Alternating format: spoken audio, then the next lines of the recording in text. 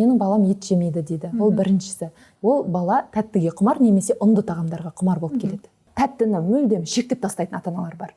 Ол стресс болып келеді біздің балаларымыздың. Жоқ, сен дұрыс тамақтануың қажет, ал біз үлкенбіз, біз өзіміз білеміз. Балаңызды қолынан ертіп жай ғана таза ауада жүріп қайтыңыз, сіздің өзіңіз ғана барып жатқан фитнестен әлдеқайда артық болады.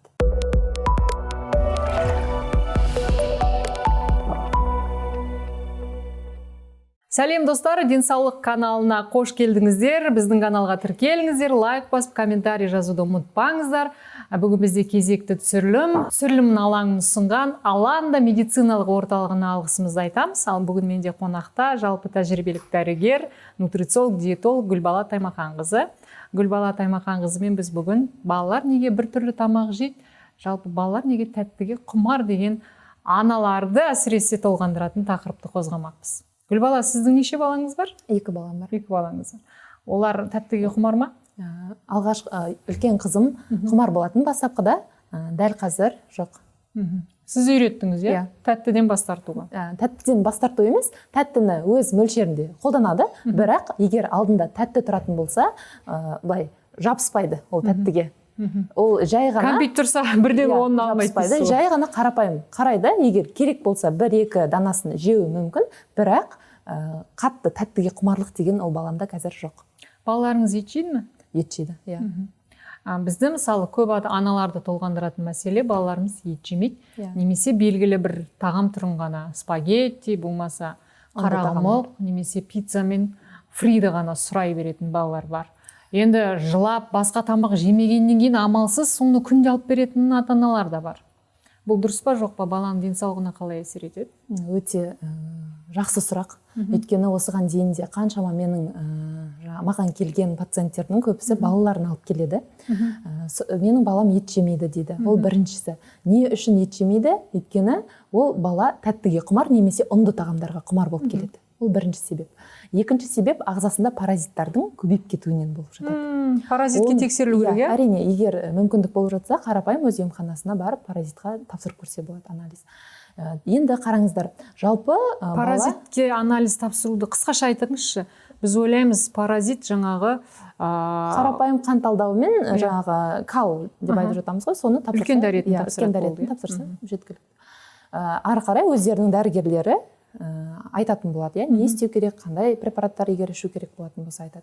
Енді тәттіге келетін болсақ, жалпы көп балалар тәттіні өздерінің, біздің ағзамыз егер ет жемейтін болса, пайдалы ақуыздарды жемейтін болса, аш болады. Біздің клеткаларымыздың барлығы аш, біздің клеткаға тез энергия беретін нәрсе қажет болып тұрады. Тез энергияны бізге не береді? Ол жеңіл көмірсулар береді. Ол тәттілер болуы мүмкін, ол жаңағы маргарин деп айтып жатамыз, трансмайлар, фастфудтар болуы мүмкін. Соны жегенде адам тез өзін тойған сезімі болады ол адамда, және де бірақ ол сезім бір жарты сағатқа жеткілікті. Әрі қарай қайтадан ол адамда жаңағы тәттіге құмарлық қайтадан басым болып тұрады. Біздің ағза, біздің балалардың ағзасы деп айтсақ болады, ондай ауыр, күрделі ақуыздарды қорытуға көп уақыттарын жұмсағысы келмейді. Ерініп тұрады. Әрине, біздің ағзамыз өте ақылды. Сол себепті де, егер сіз балаңыз тәтті ет жемейтін болса, онда қарапайым, жаңағы айтамыз ғой, жеңіл ақуыздардан бастау керек. Бірден ауыр етті алып, мінеки, жесең де жесін, жемесең де жесін деп баласының алдына етті қоя салып, бірақ тәттіні мүлдем шектеп тастайтын ата-аналар бар. Ол стресс болып келеді біздің балаларымыздың миына. Сол себепті де сіз жеңіл ақуыздардан бастауыңыз қажет. Ол не? Фаршты аласыз, фарштан котлет жасап берсеңіз болады. Тауықтың етін қолданыңыз, балықтың етін қолданыңыз. Сол еттерден де котлеттер жасауға болады. Фрикадельки, тефтели деп айтып жатамыз. Немесе жаңағы манты жасаған кезде де мысалы ішіндегі етін көбірек қылып берсеңіз болады, балаларыңызға. Дәл солай, бірақ поэтапно деп айтамыз, кезең-кезеңімен. Қанша уақыт кетеді жалпы баланы дұрыс тамақтандыруға? 1-2 ай жеткілікті. Көшіру үшін 1-2 ай жеткілікті ме? Баланың емес, барлық адамның ағзасына, әрбір клеткасына жеткілікті дәрежеде ақуыз жеткен кезде, ол адамда подсознательно деп айтып жатамыз, саналы түрде жаңағы тәттіге құмарлық басылады. өзі автоматты түрде ол басылады. Сол себепті де ешқандай уайымдаудың қажеті жоқ, стрессқа түсудің қажеті жоқ, балаға жесін де жемесін деп былай тамақты қоюдың қажеті жоқ. Саналы түрде анасы кезең-кезеңімен жаңағы ақуыздарды қолданып отыру қажет. Онымен қоса біздің миымызға бірінші не керек? Бірінші пайдалы май қажет. Біздің миымыздың жұмыс жасауына да жаңа сабақтың үлгерімі, математика есебін шығару көп тәттіге құмар балалар оқысы келмейді. Жаңағы бой өсуі нашар, жаттаған жаттауын ертең күн сұрасаң ұмытып қалып жатады. Есте сақтау қабілеті өте нашар болып келеді. Сол себепті де міндетті түрде балаңызды жаңағы бірінші бастапқы ол ата-ананың қателігі ол прикормда. Баласы туылған кезде 6 айынан бастап біз прикормды қосатын болсақ, кей ата-аналар 4-5 айында қосып жатады, анасының сүті жетіспегеніне байланысты, немесе баланың тәбетіне байланысты, Сол себепті де егер балаңыз жаңағы прикормды дұрыс қосатын болсаңыз, онда сізде бұндай проблемалар болмайды. Ал егер прикормды неден бастау керек біз? Қалаған тамағыңыздан бастасаңыз болады. Жеміс-жидектен береміз біз. Жеміс-жидек болады, көкөністер болады, етті тағамдарды берсеңіз де, бірақ оны баланың тамағына тұрып қалмайтындай деңгейде майдалап, жаңағы пюре түрінде де берсеңіз болады. Оның барлығы ең бастысы табиғи үй жағдайында өзіңіз жасауыңыз қажет. Одан соң былай жасайды. Прикормды бастаған кезде көп ата-аналар биос беріп жатады, жаңағы тәтті айран беріп жатады. Туылғаннан беріп жататын ата-аналарды да мен көргенмін. Мен де бергем екінші қызыма сол биосты ішіп, ақыр соңында құсып, содан кейін ішпейтін болды. Ол кезде тәттіден бастайтын болсаңыз, онда баланың тіліндегі рецепторлар бар, баланың тіліндегі рецепторлар, дәм сезуші жаңағы тәттіге үйреніп қалады. Одан соң сіз тәтті емес, қарапайым тұзсыз тағам берген кезде де, немесе ет берсеңіз де, ол тағамды жаңағы бала ұнатпай тұрады. Өйткені ол жаңағы тәтті тағамнан да тәттіні іздеп тұрады. Ол тағамнан да биік тәттіні деп айтамыз ғой, яғни тәттілеу деп айтамыз ғой. Сондай тағамдарды қалап тұрады. Сол себепті де бастапқыда дұрыс үй жағдайында дұрыс әдіспен дайындалған тағамдардан аз-аздан бере берсеңіз болады. Екінші мәселе режим. Яғни біз баланы бірінші азырақ жаңағы жеміс-жидектерді беріп, одан соң емізуіміз қажет. Ал біз қалай жасаймыз? Біз еміземіз, артынша жеміс-жидектер береміз, артынша ет береміз. Бала білмейді ғой енді, кішкентай, 6 айлығында ештеңе білмейді, сіз не берсеңіз, соның барлығын аузына сала береді. Сол себепті де етті де қосамыз, жаңағы жеміс-жидектерді де қосамыз, тәттілерді де қосамыз арасына, сүт өнімдерді де қосамыз. Одан соң не болады? Барлығы араласып кетеді. Және де оның біз уақытын ұстанбаймыз. Біз режимді бірінші кезекте баланың тамақтануында режимді міндетті түрде сақтауымыз қажет. Прикормнан бастап сақтауымыз қажет. Таңертең бересіз, мысалы, бастапқыда 2 мезгіл береді, одан соң 3 мезгіл береді. Бірақ сол режим бойынша жаңағы, мысалы, адам 2 жасынан бастап, мысалы, бала тамақтанатын болса, бізбен бірге отырып тамақтанатын болса, үстелде, онда біз 3 мезгіл күніне тамақтанамыз ғой. Қарапайым адамдар 3 мезгіл тамақтанады. Дәл сол уақытқа прикормды соған лайықтап беруіміз қажет. Тамақты таңертең аз мөлшерде бересіз, одан соң емізесіз, түскі уақытта да аз мөлшерде бересіз, емізесіз, солай үйретуіміз қажет. Сағат 11 мен сағат 4-тегі перекус уақыты деп айтамыз, тіске басар деп айтып жатамыз, көп жағдайда. Сондай уақыттарда да берсеңіз болады. Жаңағы йогурт беруі мүмкін, немесе айран беруі мүмкін, қарапайым табиғи айран беруі мүмкін. Ұзақ мерзім сақталатын йогурттар емес. Жоқ, ондай емес. Қарапайым өзіңіз үй жағдайынан да ешкі сүтінен де жасауға болады. Оны жасауға болады үй жағдайында. Оңай. Соларды аз-аздан беруге болады. Егер бала қарным ашып бара жатыр десе. Балабақшаға баратын балаларда енді бұл мәселе кішкене аздау, өйткені олар балабақшадағы менюмен буға, суға піскен дүниелерді жейді. Бірақ мектеп жасындағы, мектепке баратын балаларды тамақтандыру өте ауыр, біз үшін қиын. Сондықтан баласы үйінен тамақ ішпегеннен кейін ата-аналар қалтасына ақша салып жібереді. Оған ол газдалған тәтті сусын алады, бургер алады, немесе пицца алады дегендей. Осындай тағамдармен тек қана, сіз айтқан фастфуд, тек қана тәтті газды сусындар ішетін, тек қана жеңіл көмірсу тамақ жейтін балалардың денсаулығында 30 жаста, 40 жаста қандай аурулар болуы мүмкін болашағында?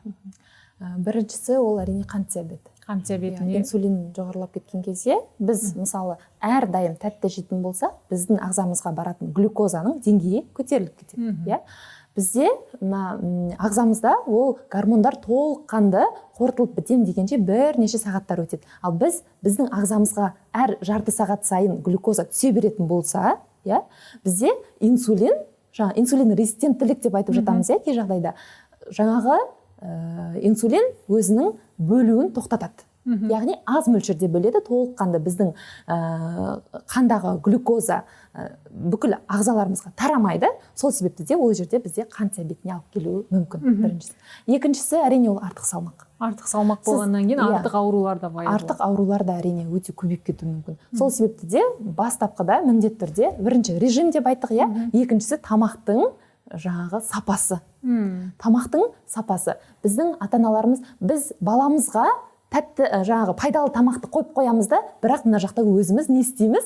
Өзіміз пицца жеп отырамыз, немесе фастфуд жеп отырамыз, жаңағы газдалған сусынды ішіп отырамыз, тәтті тағамдарды қойып шайды ұрып отырамыз да, бірақ жоқ, біздің баламыз не істеу керек? Тек дұрыс тамақтану қажет. Біз солай баламызды шектеп тастап отырамыз. Көп жағдайда жоқ, сен дұрыс тамақтануың қажет, ал біз үлкенбіз, біз өзіміз білеміз. Бізге болады. Сен ертең өсесің, сен өзің білесің не жесең де, бірақ дәл қазір сен менің баламсың, мен айтқанды тыңдауың керек дейді. Сол дұрыс па енді? Әрине дұрыс емес. Сіз балаңызға бір нәрсені үйретпек болсаңыз, бірінші кезекте өзіңізден бастаңыз. Сіз өзіңіз дұрыс тамақтанасыз, сіз өзіңіз сол режимді сақтайсыз, сіз өз денсаулығыңызға өзіңіз дұрыстап қарайсыз. Егер балаңыз спортпен айналысқысы келсе де, сіз бірінші өзіңізден бастауыңыз қажет. Сіз таңертең ерте тұрасыз, таңертең өзіңіздің жылы суыңызды ішесіз, суды мысалы ішу керек қой, әрбір дені сау болғысы келетін адам таңертең тұрғанда су ішеді, бірінші. Сол режимді ұстануыңыз қажет, таза ауаға шығып жүруіңіз қажет, серуендеуіңіз қажет. Бірақ мынандай жағдайлар болып жатады да, ата-анамыз біздің уақыты жоқ та баласына қарауға. Өзі барады да фитнеске барады, өзі барады да жаңағы достарымен киноға барады, өзі барады да жаңағы коллегалары деп айтамыз, ортасымен барып тамақтануға барады. Сол кезде біз ойлаймыз да, біз баламызға дұрыс пример көрсетіп жатырық деп ойлаймыз да, фитнеске барып жатырық қой біз дейміз да. Бірақ ойлаңызшы, сіз балаңызды қолынан ертіп жай ғана таза ауада жүріп қайтыңыз, сол жаңағы сіздің өзіңіз ғана барып жатқан фитнестен әлдеқайда артық болады. Пример, мысал келтіріп жатырмын. Дәл солайда біз баламызға бір нәрсе үйретпек болсақ, бірінші өзімізден бастауымыз қажет. Демек, столда тұрған варенье, кәмпит, печенье, біз оны тұтынуымызға болады, әрине. Бала да тұтынуына болады, сіз оны шектеп тастамайсыз. Бала да жеу қажет, бірақ өзінің мөлшері бар. Яғни бір күнде сіз жаңағы қантты мысалы 100 калориядан артық тұтына алмайсыз. Мысалы 2-3 жаңағы долька деп айтамыз ғой, қант, соны бір күнде сіз тұтына аласыз. Сіздің балаңыз да тұтына алады, бірақ одан артық сіз жемейсіз, балаңыз да ертең соған үйренетін болады. Өйткені ол көреді. Гүлбала Таймаханқызы, жалпы кез келген дүкенге, супермаркетке барған кезде мен өзім бақылап жүрем, кім не алды екен деп, бәлкім бұл қате не шығар, әлде журналист болғаннан кейін ба, жаңағы арбадағы тамақтарға қарап, мынаны бекер алып жатыр ғой деп, оның ішінде майонез, кетчуп, тәтті газдалған сусындар, маргарин. Жалпы біз арзан тамаққа, әрине қалтамызға қарай көбірек тамақ алғымыз келеді, бірақ көбірек тамақ алдық деп ойлағанымызбен оның жартысынан көп зиян тамақ болып шығады. Қандай кеңес бересіз? Арзан деп айта алмаймын. Қазір біз дүкенге барамыз, адамдар алып жатқан заттарды енді мысалы маргарин арзан ғой, пайдалы майға қарағанда. Енді қараңыз, жай ғана қарапайым майды алайық, жаңағы тазартылған бізде күнбағыс майы 5 литр аламыз ғой біз. Енді 5 литрі сізге мысалы 1 айға жетуі мүмкін. Тамақ істейсіз, қосқанда көлемін қанша қосасыз? 1 шөміш қосуыңыз мүмкін, 2 шөміш қосуыңыз мүмкін, тамақ қуырған кезде. Ал сіз қарапайым пайдалы май алсаңыз, мысалы 5 килограмм жаңағы тазартылған шемішке маймен, немесе 1 литр деп айтамыз, 1 литр қарапайым тазартылған күнбағыс емес, зәйтүн майын алыңыз. Қуыруға арналған, Ал экстра virgin деп сыртында жазылып тұрады, ол салаттарға қосу Иә, иә, үшін, ол аузыңызды шаю үшін, немесе ішу үшін, қарапайым. Ал жаңағы майдың екеуін салыстыратын болсақ, жаңа тазартылған қуыруға арналған зәйтүн майы сізге 1 айға емес 2 айға және бағасы кішкене бағасы екеуі бірдей болады. 1 литр мен 5 литрдің екеуінің бағасы бірдей болады, бірақ жаңағы майдан қандай сіз пайда аласыз? Бірінші, сіз және отбасыңыз дұрыс тамақтанады. Сіздің ағзаңызда, қан тамырларыңызда зиянды холестериндардың көлемі азаяды. Қант диабетіне немесе артық салмақ сізде болмайды. Сіздің ағзаңызда артық шлактар, токсиндар, артық заттар азаяды. Өт жолы дұрыс жұмыс жасайды. Өт дұрыс жұмыс жасаған кезде сіздің ас қорыту процесі толыққанды жақсы жұмыс жасайды, және де сізде артық ешқандай проблема болмайды денсаулығыңызбен. Ойлаңыз, жоқ, сіз не істейсіз? Сіз жаңағы көлеміне қарайсыз да, 5 литрлік маған жаңағы күнбағыс майын алғым келіп тұр дейсіз да, өйткені оның көлемі көп дейсіз да, бірақ мына жағында қаншама проблема жатырғанын сіз ойламайсыз. Сол сияқты ұнға да байланысты, жоғары сортты ұнның 25-50 килограммдағын алып жатқан адамдарды көресің, бірақ мына жақта қарапайым 2-ші сортты ұн, 3-ші сортты ұн, немесе тазартылмаған жаңағы әртүрлі ұндар болады, пайдалы, сол бір жаңағы килограммын алсаңыз да, қарақұмықтың ұны, жүгерінің ұны, соларды алған әлде қайда сізге тойымды, тойымды. Сіз оны бір кусогын жесеңіз, мысалы нанның жаңағы үлкен жоғары сорттағы бірнеше кусок нанға теңеледі ол екеуі. Ойлаңыз да, сіз бір кусогын жесеңіз, сіз тойып қаласыз. Өйткені ол пайдалы күрделі көмірсу болғандықтан сіздің ағзаңыз тойып тұрады.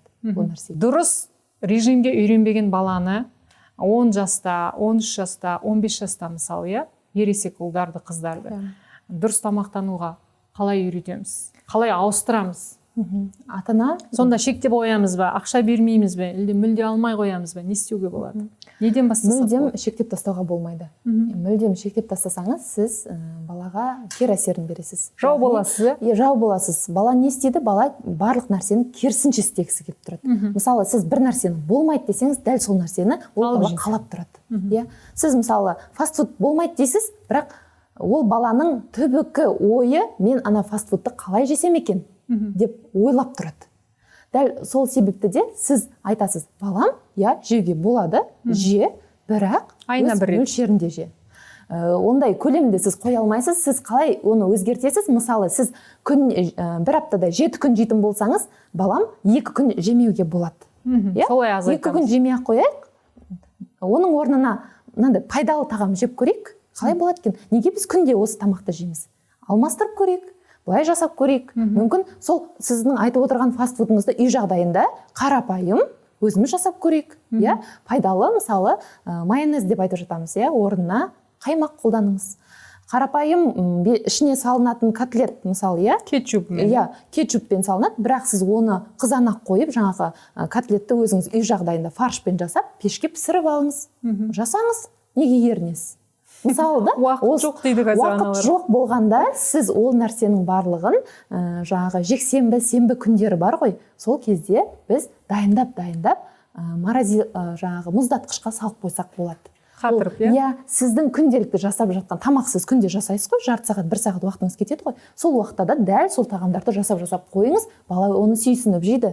Сіз оны ерінесіз жасауға. Сол себепті де сіз оны жасамайсыз. Бірақ сіздің балама ақша бергенім оңай, ақша беріп құтыла салайын, өзің білгеніңді же, не жегің келеді же. Бірақ бұл нәрсе ертең ол баланың денсаулығына әсер етеді. Ол баланың ертең ол бала да әке болады, ол қыз да ана болады. Ертең оның денсаулығына, яғни ертең бала босанады, мысалы қыз болатын болса, дәл сондай гормондық өзгерістерге алып келуі мүмкін. Тағы да бір өзгеріс, көп жағдайда балықты мүлдем жемейтін отбасылар бар. Біз үшін ол балық қымбат көрінеді, бірақ балықтың бағасы жаңағы сіздің күнделікті жеп жатқан тауықтың бағасымен де екеуі бірдей. Сіз тауықты алмаңыз да сол балықты алыңыз, бірақ жеңіл, ақуыз, тез сіңеді, әрі сіздің ағзаңызға қажетті йодты да аласыз ол жерден. Қажетті ақуызды да аласыз, және қажетті пайдалы майды да аласыз. Үшеуі біреуінде. Сіз осылай экономить етіп жүрген болсаңыз, дәл осылай экономдаңыз. Сонда сіздің ағзаңызға да өте пайдалы, құнарлы тағам болып саналады. Ет жемейтін балаларда қандай ауру пайда болуы мүмкін? Ет жемейтін балдарда бірінші жаңағы айтамыз ғой, қанның аздығы деп жатамыз, анемия болуы мүмкін.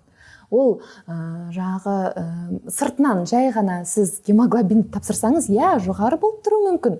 Бірақ мына жағында ол қанның жаңағы запасы деп айтамыз ғой, ферритин, темір жетіспеушілігі, анемиялары бар, вот сондай деңгейге алып келуі мүмкін. Оның барлығын біз қалай байқаймыз? Оның барлығы баланың денесі бозарып тұрады, Ол қаны, гемоглобин қанша болса да, бірақ түріне қарасаң бозарып, бір әлсіреп тұрған бала сияқты. Сабаққа құлқынышы жоқ. Еш нәрсе жаттағысы келмейді, далаға шығып балалармен ойнағысы келмейді. Не істейді? Планшетті алады, тамақ жеп жатқан болса да планшетті, жаңағы ұялы телефонын алып шұқылап отырады, сол жерде ойындарды ойнап отырады, Бірақ ойынның барлығы жаңағы тамақта болмағандықтан не істейді? Ол бала өзінің қанша жеп қойғанын да білмейді, қандай тағам жегенін де білмейді, және де ол тағам дұрыс ағзаға сіңбейді. Адамдар қалай тамақтану керек? Адамдар қасында ұялы телефон да болмау керек, теледидар да болмау қажет, өзінің миын басқа нәрсеге бөлмеу керек. Миының барлығы концентрация деп айтамыз, сол тамақта болуы қажет. Ойдың барлығы тамақта болуы қажет, және де сол тамақты ләззатпен жеу керек. Сүйсініп жеу керек. Асықпай, отырып, шайнап, 33 рет шайнау керек дейді ғой. Шама келгенше көбірек шайнап, қорытып, біздің асқазанымызға түсіру керек. Сол кезде сіздің сол процесстен біздің бауырдан өте жақсы бөлінеді. Жаңағы жеген тамақты толыққанды біздің ұйқы безі арқылы ферменттер бар ғой, біздің ақуызды, көмірсуді, пайдалы майларды біздің қандарымызға, клеткаларымызға тарататын. Сол ферменттердің жұмысы жақсарады, және де сізде толыққанды ешқандай сізге дәрі ішудің де қажеті жоқ, қосымша баттарды ішудің қажеті жоқ. Қарапайым дұрыс тамақтанумен де сіз толыққанды дені сау ұрпақ тәрбиелей аласыз. Рахмет, тағы да жақсы сұхбаттар, жақсы тақырыптармен сізді осы арнамызда көреміз деген ойдамыз. Достар, осымен бүгінгі сұхбатымыз аяқталды. Балаңыз қандай тағам жейді, не жемейді комментарийға қалдырыңыз. Гүлбала Таймақанқызының уақыты болса, сіздерге өзінің қысқаша кеңесін жазып жауап беруге дайын. Ал бүгінгі біздің түсірілімді ұсынған медициналық орталық Аланда, Тәуелсіздік 33-ші үйде, Астана қаласында орналасқан. Келіңіз, емделіңіз, денсаулығыңызға көңіліңізді бөліңіз. Осымен тамам, каналға жазылайық. Жақындарыңызға таратыңыздар. Балаларыңыз дұрыс тамақтанбай жүрсе, таныстарыңыздың балалары дұрыс тамақтанбаса, жалпы 90% сондай ғой. Бәріне жіберіңіз, сұхбат тыңдап шығыңыз. Кездескенше.